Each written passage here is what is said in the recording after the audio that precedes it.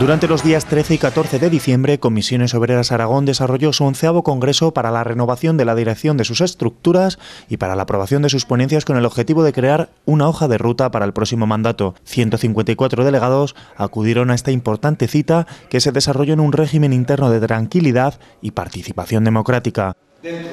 Tercer mandato y además un mandato con muchísima ilusión, después de 4 años muy complicados que no avistábamos para nada en el primer mandato, pero con una sensación de haber hecho muy bien las cosas, no en lo personal, no estoy hablando en lo personal, de que Comisiones Obreras de Aragón ha hecho muy bien las cosas, de que la Confederación Sindical de Comisiones Obreras ha hecho muy bien las cosas en un periodo muy complicado. Hemos debatido sobre el futuro y la necesidad de adecuar nuestras estructuras, de adecuar sobre todo la información, la proyección a la sociedad de una forma más nítida de lo que estamos haciendo. Entendemos que a veces no se entiende bien, no somos capaces de transmitirlo, hacemos cosas importantes y no los transmitimos bien, vemos esa necesidad y de acercarnos a todo lo que emerge, sobre todo a la gente muy joven.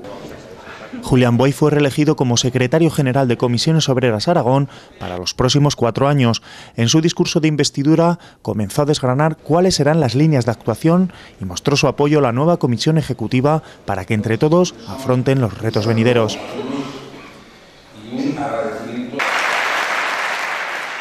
Una comisión que cuenta con los nombres de Pablo Castillo, Marta Arjol, Eva Murillo, Gregorio Orbás, Benito Carrera, Delia Lizana, Juan Carlos Cantín y Manuel Pina para esta legislatura.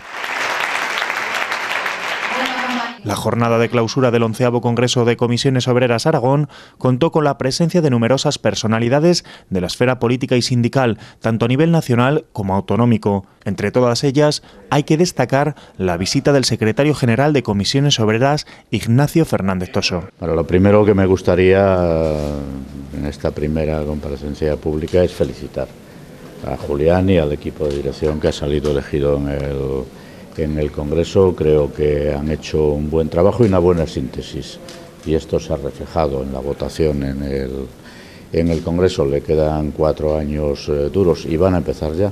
El ajuste, desgraciadamente, no ha finalizado en el sector privado de la economía y queda un duro camino si el Gobierno sostiene su política de ajuste en el sector público. Por lo tanto, no hay tiempo para parar. Hemos reflexionado, estamos reflexionando en los congresos, pero inmediatamente hay que atender el día a día, y el día 17 estaremos otra vez en la calle con los pensionistas, con los sanitarios, en fin, con todos los sectores que se mueven en defensa de sus intereses, que son los colectivos.